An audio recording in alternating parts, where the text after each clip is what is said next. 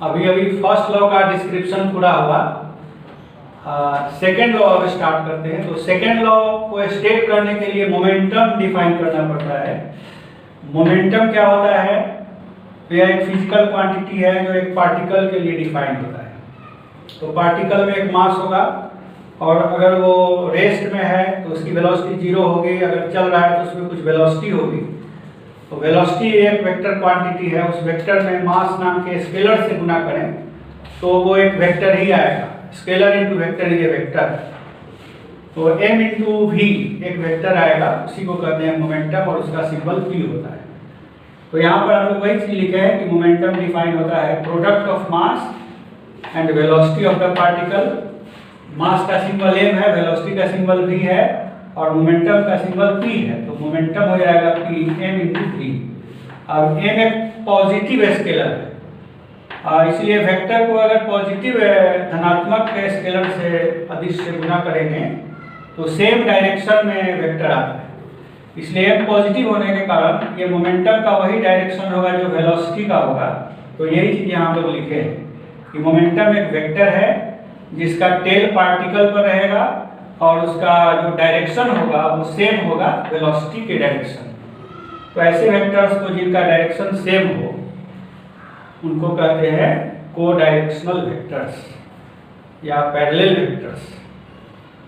तो momentum and velocity are को directional vectors और उनका टेल एक ही जगह है। ऐसे वेक्टर्स को बोलते हैं को इनिशियल वेक्टर्स, जिन वेक्टर्स का टेल एक ही जगह हो। तो वेलोसिटी का टेल कहाँ होता है? तो पार्टिकल पर। मोमेंटम का टेल कहाँ होता है? तो वही पार्टिकल पर ही होता है।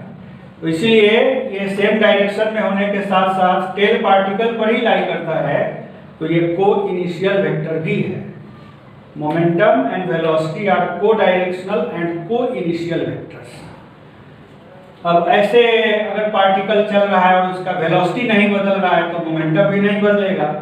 तो फर्स्ट लॉ को हम लोग ऐसे भी बोल सकते हैं कि अगर नेट फोर्स जीरो हो तो मोमेंटम कांस्टेंट रहेगा, और अगर मोमेंटम आप बदलना चाहते हैं तो नेट फोर्स जीरो नहीं रखना पड़ेगा। इसके लिए सेकेंड लॉ का स्टेटमेंट आता है। Newton second law of motion ये बताता है कि अगर पार्टिकल पर अनबैलेंस्ड फोर्स लगे, अनबैलेंस्ड फोर्स किसको कहेंगे? जिसका रिजल्टेंट जीरो नहीं हो तो अनबैलेंस्ड हो, और जिसका रिजल्टेंट जीरो हो उसको कहेंगे बैलेंस्ड फोर्स। तो ये स्टेटमेंट है, इसको आप देख रहे हैं। Rate of change of momentum, इसमें कई टर्म्स हैं। चेंज करना है मोमेंटम में और चेंज होने में जो टाइम लगेगा उसके हिसाब से रेट निकालना है। मान लें कि टाइम t पर पार्टिकल का मोमेंटम p है और थोड़ी ही देर के बाद इसके मोमेंटम में चेंज आता है तो p बदल जाएगा। p डैश मान लीजिए हो गया t डैश टाइम पर, तो चेंज कितना हुआ? p dash minus p। जब भी हम लोग चेंज निकालते हैं तो फाइनल में से इनिशियल को सब्ट्रैक्ट करते हैं और टाइम लगा, कितना टाइम लगा? t dash minus t, t prime minus t time लगा। तो इतना टाइम लगा इतना चेंज होने में, तो यूनिट टाइम में कितना चेंज होगा? t dash minus t time में मोमेंटम में चेंज हुआ p डैश माइनस p। तो अगर इसको यूनिट टाइम लेंगे तो इसमें चेंज होगा p dash minus p divided by t dash minus t। तो यह change average rate of change कहलाता है। चेंज के लिए हमारे पास कैलकुलस में एक सिंबल है डेल्टा, जिस क्वांटिटी के आगे लगा देते हैं वो हो जाता है डेल्टा। जैसे t है और t से चेंज कर रहे हैं तो t में लगा देंगे डेल्टा, तो ये हो जाएगा t प्लस डेल्टा t। और ये हो जाएगा p और प्लस उसमें जो चेंज आया है, और ये वेक्टर चेंज है। तब इस सिंबल को जब यूज करेंगे तो ये हो जाएगा delta p by delta t। तो delta p by delta t ये हुआ average rate of change of momentum. Rate दो तरह का होता है, इंस्टेंटेनियस रेट और एवरेज रेट। तो इंस्टेंटेनियस रेट की यहाँ पर बात करें ये जबकि है एवरेज रेट। तो एवरेज रेट से आपको जो इम्प्रेस्ड फोर्स मिलेगा वो एवरेज फोर्स मिलेगा, लेकिन हम लोग चाहते हैं रेट निकालना। तो रेट के लिए डेल्टा टी को बहुत छोटा करते हैं और जो इसका लिमिटिंग वैल्यू आता है उसी को बोलते हैं रेट। टाइम टी पर रेट निकालने के लिए क्या करेंगे, और पहले का पी लेंगे और पहले का डेल्टा टी लेंगे और ऐसे छोटा करते करते करते जब डेल्टा टी काफी क्लोज हो जाएगा जीरो के, तो टी डैश टी के क्लोज हो जाएगा, उस समय जो रेट आएगा उसी को कह देंगे टाइम टी पर का रेट। और उसको हम लोग ऐसे मैथ में लिखते हैं कि delta P by delta T लेना है, लेकिन डेल्टा टी को छोटा करना है, इसको लिमिट लिखा जाता है, limit delta T tending to zero, और इसको कहते हैं dp बाई dt।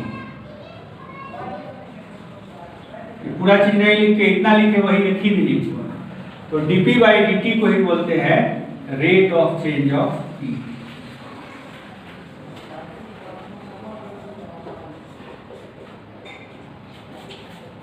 इसलिए अगर हम लोग rate of change of p को यूज करते हैं और अनबैलेंस्ड फोर्स को लेते हैं, तो दोनों के बीच प्रोपोर्शनल का रिलेशन है, यानी अनबैलेंस्ड फोर्स दुगना कर दें तो मोमेंटम का रेट ऑफ चेंज दुगना हो जाएगा।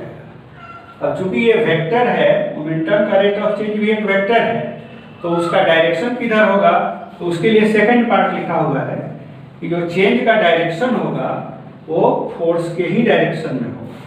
इधर फोर्स लगाएंगे उधर ही rate of change of momentum का डायरेक्शन होगा। ऐसे मान लीजिए कि एक स्टोन को थ्रो किया गया, इसका वेलोसिटी भी है, मास m है, तो मोमेंटम भी इसी लाइन पर है।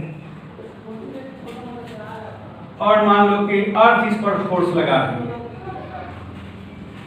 mg फोर्स लगा रही है, फोर्स का डायरेक्शन डाउनवर्ड है, तो आप बिना कैलकुलेशन के ही इस लॉ के बेसिस पर कह सकते हैं कि dp बाई dt का डायरेक्शन किधर होगा।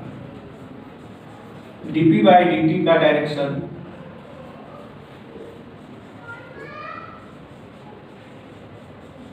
फोर्स के डायरेक्शन में होगा और वो फोर्स mg है, इसलिए dp बाई dt इज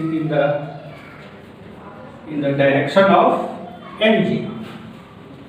ये सेकेंड पार्ट कर रहा है कि जो चेंज होता है उसका डायरेक्शन फोर्स के ही डायरेक्शन में होता है, जो अनबैलेंस्ड फोर्स लगाए हैं उसी के डायरेक्शन में वह चेंज होता है। और यह जो रेट होता है वो प्रोपोर्शनल इसके होता है। अब हम लोग इसके मैथमेटिक्स पढ़ाएंगे तो सेकेंड लॉ का ही करना है कि dp by dt is directly proportional to force. F हमने मान लिया है अनबैलेंस्ड फोर्स। अनबैलेंस्ड फोर्स को नेट फोर्स भी बोलते हैं या रिजल्टेंट भी बोलते हैं।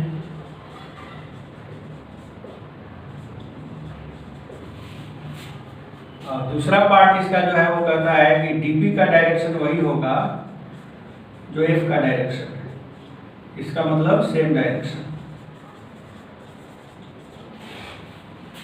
अब इन दोनों को अगर कंबाइन करें तो इक्वलिटी में लिख सकते हैं, और इक्वलिटी साइन इस तरह से लिख सकते हैं dp by dt equal to kf। p का वैल्यू जो होता है वो mv के इक्वल होता है, तो mv अगर यहाँ पुट कर दें और d बाई dt करें तो ये आएगा।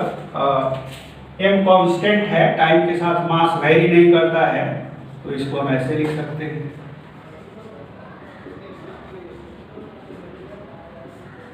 m is constant. dv by dt is acceleration. So अब ये एक्सेलरेशन के टर्म में आ गया।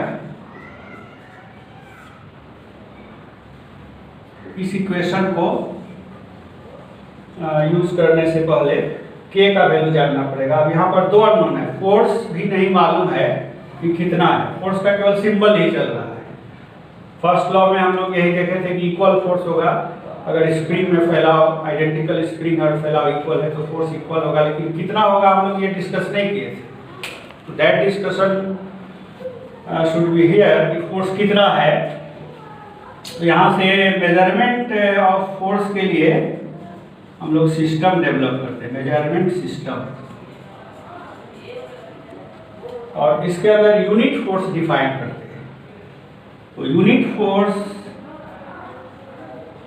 सिंगल वन फोर्स किसको कहेंगे? Unit force is that which produces unit acceleration in unit mass। तो ये जब डिफिनेशन आप लेते हैं कि यूनिट फोर्स वह है जो यूनिट मास में यूनिट एक्सेलरेशन प्रोड्यूस करता है, तब k का वैल्यू 1 हो जाता है। क्योंकि ये 1 ले लेंगे, ये 1 ले लेंगे, ये 1 ले लेंगे तो k 1 हो जाएगा। तो इस सिस्टम में k turns out to be 1। जिस सिस्टम में कोई यूनिट के कारण न्यूमेरिकल फैक्टर नहीं आता हो, 1 आता हो, तो कोहेरेंट सिस्टम कहलाता है। इसको बोलते हैं coherent system of forces.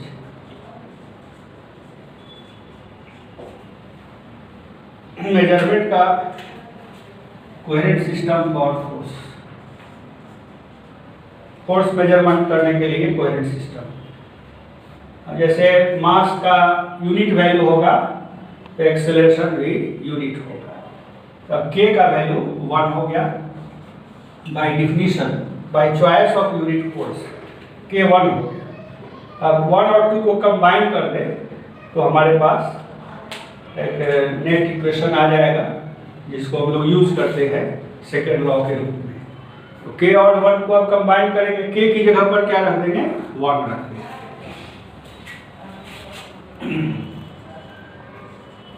And a equal to f, force equal to mass into acceleration आ गया। k का वैल्यू अगर मोमेंटम वाले रिलेशन में रखेंगे 1 तो ये आ जाएगा F इक्वल टू dp/dt। ये दोनों इक्वेशंस न्यूटन सेकंड लॉ को एक्सप्रेस करते हैं। अब उसके फीचर्स क्या क्या हैं वो हम लोग देखने जा रहे हैं। पहला फीचर है कि mass is measure of inertia. ये इस लॉ से हमें मालूम पड़ता है। तो कि यहाँ पर देखिए दो ऑब्जेक्ट्स लिए हैं, एक बड़ा मास वाला या बड़ा ऑब्जेक्ट है और एक छोटा ऑब्जेक्ट है। पता नहीं है कि इसके मास कितने हैं, लेकिन हमने मान लिया इसका मास m1, इसका m2, और इस पर स्प्रिंग से फोर्स लगाए। आइडेंटिकल स्प्रिंग है, दोनों स्प्रिंग में फैलाव बराबर है। इसका अर्थ है कि दोनों पर फोर्स बराबर है। इक्वल फोर्स लगने पर न्यूटन का सेकेंड लॉ यूज करेंगे, F equal to m1 a1 first body के लिए और F equal to m2 a2 second body के लिए। अब बाई एक्सपेरिमेंट हम लोग पाते हैं कि जो भारी ऑब्जेक्ट है उसका एक्सेलरेशन कम पाया जाता है और जो हल्का उठाने में ऑब्जेक्ट है उसका एक्सेलरेशन ज़्यादा पाया जाता है। सेम फोर्स लगाने पर लाइटर ऑब्जेक्ट फास्ट चलता है और हेवियर ऑब्जेक्ट स्लो चलता है। तो इस ऑब्जर्वेशन ऑफ एक्सपेरिमेंट को हम लोग यहाँ पर देख रहे हैं कि अगर इसको डिवाइड कर दें तो m1 by m2 a2 by a1 होगा, यानी m2 बड़ा होगा तो a2 छोटा आ जाएगा। और हम कह सकते हैं कि मास को अगर बड़ा करेंगे तो एक्सेलरेशन छोटा हो जाएगा और दोनों का प्रोडक्ट कांस्टेंट है, इसलिए इनवर्स प्रोपोर्शनल का रिलेशन है। दो चीज़ों का प्रोडक्ट अगर कांस्टेंट हो तो एक दूसरे के इनवर्सली प्रोपोर्शनल होता है। तो इस लॉजिक से mass is proportional to 1 by acceleration. यहाँ मैग्नीट्यूड की बात हो रही है। एक्सेलरेशन छोटा हो तो मास बड़ा होगा और एक्सेलरेशन बड़ा हो तो मास छोटा होगा। इसका क्या मीनिंग है वो यहाँ पर हम लोग लिख रहे हैं कि मास ग्रेटर होने पर स्मॉलर एक्सेलरेशन मिलेगा। स्मॉलर एक्सेलरेशन होने का मतलब क्या हुआ कि वेलोसिटी में कम चेंज आया है, rate of change of velocity कम है। वेलोसिटी में कम चेंज आने का अर्थ है कि नेचुरल स्टेट में चेंज लाने का ज़्यादा विरोध हुआ है तभी कम चेंज आया है। तो ज़्यादा विरोध जब कर रहे हैं तो ग्रेटर द इनर्शिया, ऑब्जेक्ट उसी स्टेट में ज़्यादा रहना चाह रहा है और आप चेंज लाना चाह रहे हैं, तो इनर्शिया ज़्यादा होने पर मास ज़्यादा होगा, इसलिए मास को कहा जाता है मेजर ऑफ इनर्शिया। मास जड़त्व की माप है। Now we start second point. Second point is free body diagram.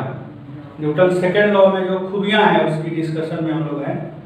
तो फर्स्ट पॉइंट ये था कि इनर्शिया का मेजरमेंट होता है मास के द्वारा। ये ऑब्जेक्टिव क्वेश्चन में कहीं कहीं पूछा जाता है कि which of the following is measure of inertia, और उसमें बहुत सारा चॉइस दिया रहेगा, तो उसमें mass will be the measure of inertia. Second point is free body diagram.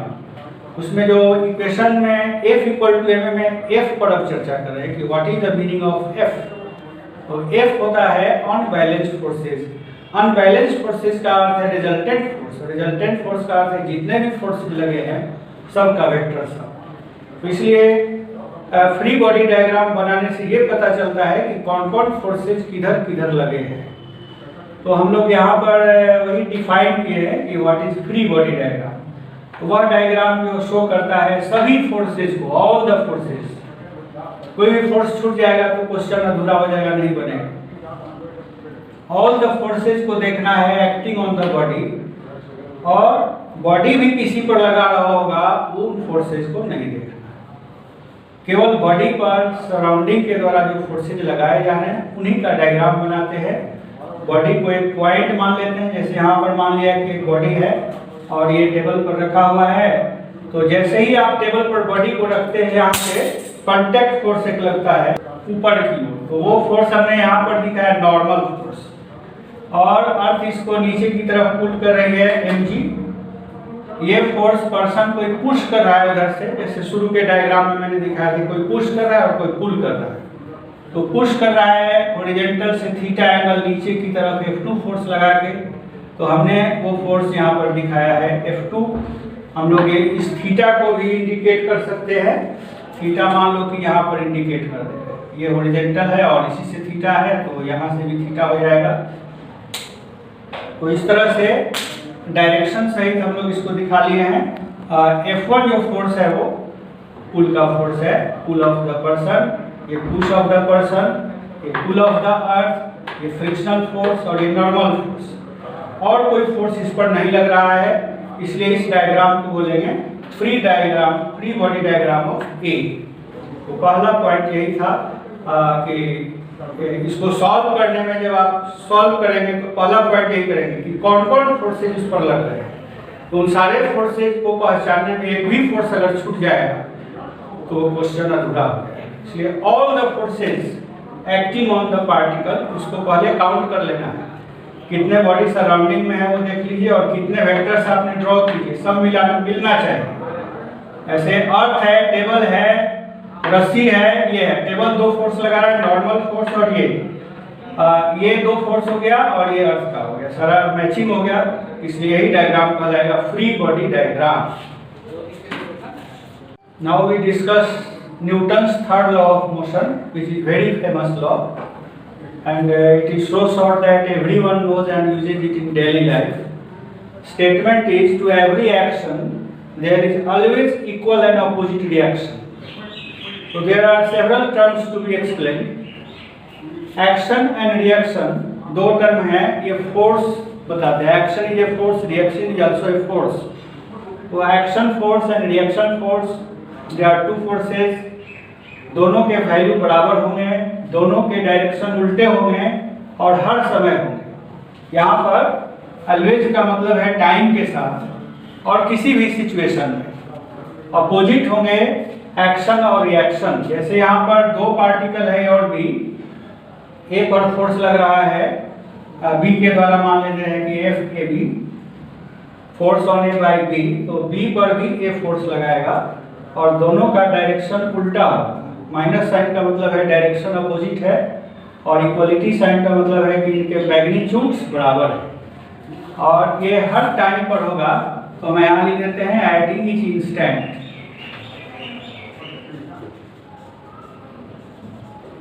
हर एक इंस्टेंट पर ये इक्वेशन लागू होगा। यही ऑलवेज का मीनिंग है, ऑलवेज इक्वल एंड अपोजिट। तो अब यहाँ पर हम लोग इसके फीचर्स देखें कि forces are found in action reaction pairs. अगर एक फोर्स लगे और उसका रिएक्शन नहीं हो तो ऐसा संभव नहीं है। थर्ड लॉ ये कहता है कि जब भी एक्शन होगा तो उसका रिएक्शन होगा। ऑलवेज का यह भी मीनिंग है कि ऑलवेज एक्शन एंड रिएक्शन होगा।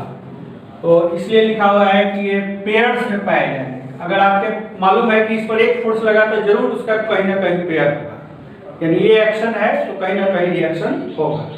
जैसे इस पेन को अगर अर्थ खींच रही है तो अर्थ का फोर्स mg हुआ, इसको एक्शन माने तो यह पेन भी अर्थ को खींच रहा होगा, जिसको हम लोग रिएक्शन करेंगे। तो एक्शन रिएक्शन पेयर्स में फोर्स पाए जाते हैं। एक्शन और रिएक्शन एक ही बॉडी पर काम नहीं करते। जैसे इस पर अगर एक्शन मान ले तो इसका रिएक्शन इस पर नहीं होगा, रिएक्शन होगा अर्थ पर। तो जिसने एक्शन लगाया उसी पर रिएक्शन होगा। Action reaction act on two different bodies. इसलिए ये दूसरे पॉइंट पर कभी कभी क्वेश्चन पूछा जाता है कि कैन एक्शन बैलेंस रिएक्शन, क्या एक्शन रिएक्शन को बैलेंस कर सकता है? तो इसमें बहुत से लोग उलझ जाते हैं कि हाँ कर लेगा, क्यों नहीं करेगा। यहाँ पर ये फोर्स बराबर और विपरीत हैं, दोनों का जोड़ 0 हो जाएगा, फोर्स बैलेंस हो जाएगा। तो आप ये जोड़ कर रहे हैं तो फैक्टोरियली तो ये मैथमेटिकली 0 हो जाएगा, इसका जोड़, इसमें कोई शक नहीं है। लेकिन क्या ये दोनों फोर्सेज एक ही बॉडी पर लग रहे हैं? तब इसका आंसर है नो। एक्शन और रिएक्शन एक ही बॉडी पर नहीं लग रहे हैं। लेकिन बैलेंस्ड फोर्स होने के लिए फर्स्ट लॉ ऑफ मोशन कहता है कि दोनों फोर्सेज को एक ही बॉडी पर लगना चाहिए। तो चूंकि दोनों एक ही बॉडी पर नहीं लग रहे हैं इसलिए ये एक दूसरे को बैलेंस नहीं कर रहे। Action reaction forces do not balance each other because they act on two different bodies. Third point है एक्शन रिएक्शन साइमल्टेनियस फोर्सेज है, एक ही टाइम पर लगते हैं, आगे पीछे कोई नहीं लगता है। ऐसा नहीं है कि एक्शन हुआ और उसका कॉज के कारण इफेक्ट में रिएक्शन हो रहा है। तो किसी को भी हम एक्शन मान सकते हैं और किसी को भी रिएक्शन मान सकते हैं, इसमें इंडिपेंडेंस है। इसलिए किसी को भी एक्शन रिएक्शन कहें, अगर ये पहले लगा ये बाद में लगा तो दूसरे लॉजिक में ये पहले हो जाएगा ये बाद में, इसलिए दोनों एक ही समय लगता है। और ये दोनों फोर्सेज इंटरैक्शन को रिप्रेजेंट करते हैं। इसका मीनिंग ये है कि मान लें कि हम इस पर अर्थ के फोर्स को देखें तो वो ग्रेविटेशनल इंटरैक्शन है। तो ग्रेविटेशनल इंटरैक्शन अगर एक्शन है तो रिएक्शन भी ग्रेविटेशनल इंटरैक्शन होगा। ये नहीं होगा कि एक्शन है ग्रेविटेशनल और रिएक्शन है इलेक्ट्रोमैग्नेटिक फोर्स। दोनों का नेचर सेम होगा क्योंकि वो इंटरैक्शन को, सेम इंटरैक्शन को रिप्रेजेंट करते हैं। Action reaction forces are either along the line joining the particles, ये strong form of third law कहलाता है, और along parallel lines। अगर दो पार्टिकल आपके पास है और दो वेक्टर दिखाना है जो अपोजिट है तो दो तरह से दिखा सकते हैं कि उसी लाइन पर दिखाए ऐसे, तो इसको कहेंगे स्ट्रॉन्ग फॉर्म। ये नहीं दिखा करके हम ऐसे दिखाए कि इधर एक दिखाए वेक्टर और इसी के पैरेलल इधर दिखाए, तो ये भी इक्वल एंड अपोजिट है, लेकिन ये उस लाइन पर नहीं लग रहा है, पैरेलल लाइन पर लग रहा है, इस लाइन पर नहीं लग रहा है। तो इस तरह के इसको कहते हैं weak form of third. Now we consider consequence of the first and second and third law, that is conservation of momentum. अगर हमारे पास एक ही पार्टिकल होता जिस पर फोर्सेज बैलेंस्ड होते तो उसका मोमेंटम हरदम कांस्टेंट रहता। तो सिंगल पार्टिकल के लिए अगर फोर्सेज बैलेंस्ड है तो उसका मोमेंटम कंजर्व रहेगा। कंजर्व होने का मतलब है कि हर समय पर एक ही वैल्यू होना। मोमेंटम का जितना वैल्यू शुरू में होगा उतना ही बाद में होगा। तो फर्स्ट लॉ में ये ऑलरेडी इम्प्लाइड है कि अगर फोर्सेज बैलेंस्ड हैं तो उसका वेलोसिटी कांस्टेंट है, और वेलोसिटी कांस्टेंट है तो मोमेंटम कांस्टेंट है। थर्ड लॉ कहता है कि दो पार्टिकल अगर हैं और वे एक दूसरे पर एक्ट कर रहे हैं तो फोर्सेज का वैल्यू इक्वल एंड अपोजिट होगा। तो यहाँ पर हम लोग दो फोर्स दिखाए हैं। पार्टिकल ए पर मान लेते हैं कि फोर्स है F AB और B पर फोर्स है F BA। तो ये दोनों फोर्सेस थर्ड लॉ के अनुसार इक्वल हैं वैल्यू में और मैग्नीट्यूड में इक्वल है, डायरेक्शन में अपोजिट, इसलिए माइनस साइन लगा है। अब अगर इस पर और कोई फोर्स नहीं लग रहा है, इस सिस्टम में और कोई एक्सटर्नल फोर्स हम लोग मान लिए कि नहीं है, there are no other forces, ये एक दूसरे पर केवल फोर्स लगा है और कोई तीसरा फोर्स नहीं है, तो इस पर नेट फोर्स भी यही फोर्स है।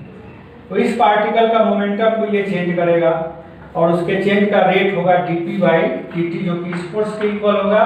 तो ये माइनस साइन आया और उसी तरह से इसके मोमेंटम को ये चेंज करेगा, तो इसका रेट ऑफ चेंज इसके इक्वल होगा। ये सेकंड लॉ यूज कर रहे हैं। अब सिंपली मैथमेटिक्स करें, इसको इस साइड ले आए और इसके बाद D by D T common लिए ऑपरेटर के अंदर इसको लाए। अब किसी चीज़ का डेरिवेटिव टाइम के साथ नहीं बदल रहा है तो वो कांस्टेंट होता है, इसलिए पी ए पी बी का सम कांस्टेंट हो गया। तो ये एक कंजर्वेशन लॉ ऑफ मोमेंटम निकल गया कि अगर कोई सिस्टम है दो पार्टिकल का जिस पर और उनके म्यूचुअल फोर्स के अलावे और कोई फोर्स नहीं लग रहा हो, तो उसका मोमेंटम कंजर्व रहेगा, समय के साथ चेंज नहीं करेगा।